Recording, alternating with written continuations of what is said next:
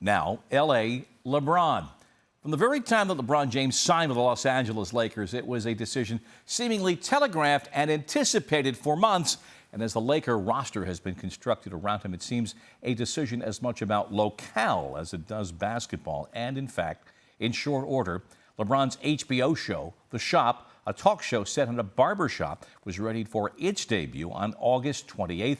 And then came this past weekend with James's CNN interview in which he was critical of President Trump, followed by the president's tweet questioning James' intellect. So yesterday, into the public space, drops news of a documentary series James' company will now produce for Showtime entitled Shut Up and Dribble, a look at social activism through the lens of the NBA. And who better to talk about LeBron James and his emerging entertainment and social footprint than from Hollywood, ESPN's Chris Connelly. How would you describe this phenomenon, this presence that he has right now? Well, he's a guy who's coming into Los Angeles and he's going to work. He has projects set up all over town, Bob. He's got things at HBO. He's got things at Showtime.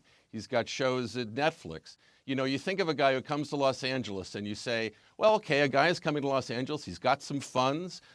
He's going to live in the Brentwood section of Los Angeles. Okay, that makes sense. He's going to send his child to Crossroads, an academically rigorous and culturally progressive school. That all makes sense. Okay, well, that sounds like a producer. Oh, by the way, he's also the best basketball player on the planet.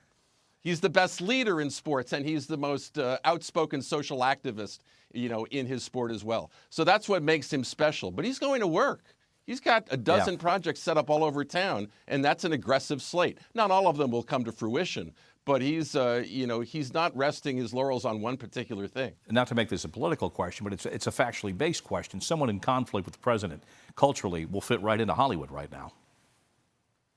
Certainly west of the 405 has a mindset that's familiar to people. As you mentioned, at one point he was in Trainwreck with Judd Apatow, and Judd Apatow has described the west of the 405 mindset in California.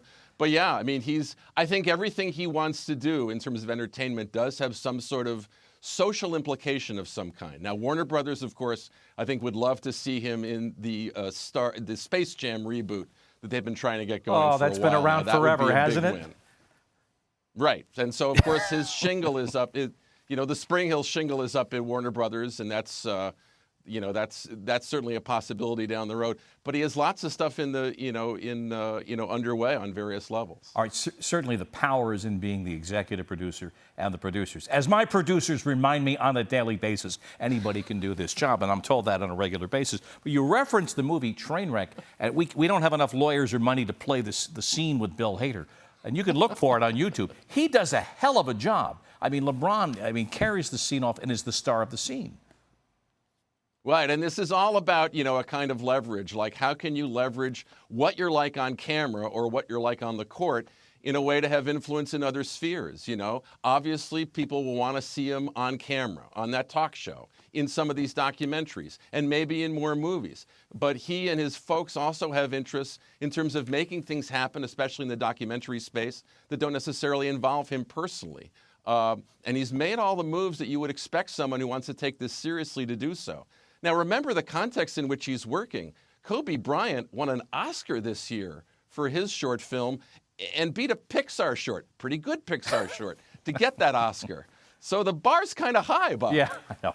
A quick question on the way out. Taking a meeting with Maverick Carter now is a thing of status, I guess, at Spago, huh? I think they can get a meeting anywhere in Hollywood right now. I think anywhere they want to get a meeting, they can get one right now, and that's unprecedented. Have my people call yours. Chris Connelly, always a joy. You're grounded in reality, but you work out of Hollywood. Thanks so much.